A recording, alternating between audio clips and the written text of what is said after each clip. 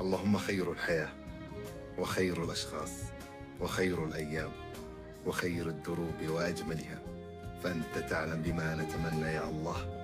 وما تخفيه الصدور والأفئدة، فأغثنا بما نتمنى يا الله بالطريقة التي تحب يا رب العالمين.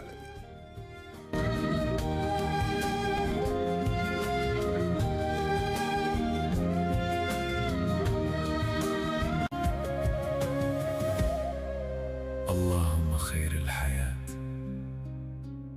وخير الأشخاص وخير الأيام